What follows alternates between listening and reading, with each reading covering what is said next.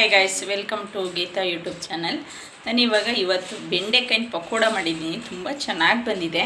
ನಿಮ್ಮನೇಲಿ ಒಂದ್ಸತಿ ಟ್ರೈ ಮಾಡ್ಕೊಳ್ಳಿ. ಗೀತಾ ಚಾನಲ್ ಯಾರ್ಯಾರು ಹೊಸಬರು ನೋಡ್ತಾ ಇದ್ದೀರಾ ಅವರೆಲ್ಲ ಸಬ್ಸ್ಕ್ರೈಬ್ ಮಾಡ್ಕೊಳ್ಳಿ. ಅದರಲ್ಲಿ ನೋಡಿ, ಬೆಂಡೆಕಾಯಿ ನಾನು ಕಟ್ ಮಾಡಿ ಇಟ್ಕೊಂಡಿದ್ದೀನಿ. ಇದನ್ನು ಸ್ವಲ್ಪ ಉಗುರು ಬೆಚ್ಚ ನೀರಲ್ಲಿ ಹರಳುಪ್ಪು ಹಾಕ್ಕೊಂಡಿದ್ದೀನಿ. ತೊಳ್ಕೊಳ್ಳೋಣ. ಸ್ವಲ್ಪ ಉಣೋಪ್ಲಿ ಎಲ್ಲ ಹೋಗುತ್ತೆ. ಅರಿಶಿನ ಹಾಕ್ಕೊಂಡಿದ್ದೀನಿ ತೊಳೆಯೋಕ್ಕೆ.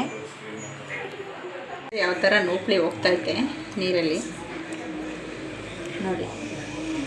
ಇದು ನೋಪ್ಲಿ ಎಲ್ಲ ಈ ಥರ ಹೊಟ್ಟೋಗುತ್ತೆ. ಹುಣಸೆ ಹುಳಿ ನೆನೆಸಿ ಇಟ್ಕೊಂಡು ಕಲಿಸ್ಕೊಂಡಿದ್ದೀನಿ. ಇವಾಗ ಇದನ್ನು ಹುಣಸೆ ಹುಳಿ ಹಾಕ್ಬಿಟ್ಟು ನೆನೆಸಿ ಇಟ್ಬಿಡೋಣ ಸ್ವಲ್ಪ ಹೊತ್ತು, 10 ನಿಮಿಷ. ಹಾಕೊಳ್ಳೋಣ. ಈ ಕಡಲೆ ಹಿಟ್ಟು ಹಾಕೋತಾ ಇದ್ದೀನಿ 1.5 ಸ್ಪೂನು. ಮೈದಾ 1 ಸ್ಪೂನು, ಕಾರ್ನ್ಫ್ಲೋರ್ 1 ಸ್ಪೂನು, ಅಕ್ಕಿ ಹಿಟ್ಟು 1 ಸ್ಪೂನು, ಅರಿಶಿನ 1 ಚಿಟಿಕೆ ಹಾಕೋಣ, ಸ್ಪೂನ್ ಅಚ್ಕಾರದ ಪುಡಿ, ಗರಂ ಮಸಾಲ 3/4 ಸ್ಪೂನಷ್ಟು, 1/2 ಸ್ಪೂನ್ ಧನಿಯಾ ಪೌಡ್ರು, ರುಚಿಗೆ ತಕ್ಕಷ್ಟು ಉಪ್ಪು. ನೋಡಿ, ಇವಾಗ ಎಲ್ಲ ಕಲಿಸ್ಕೊಂಡಿದ್ದೀನಿ. ನೋಡಿ, ಈ ಥರ ಬಂದಿದೆ. ಇವಾಗ ಎಣ್ಣೆಲಿ ಕರಿಯೋಣ.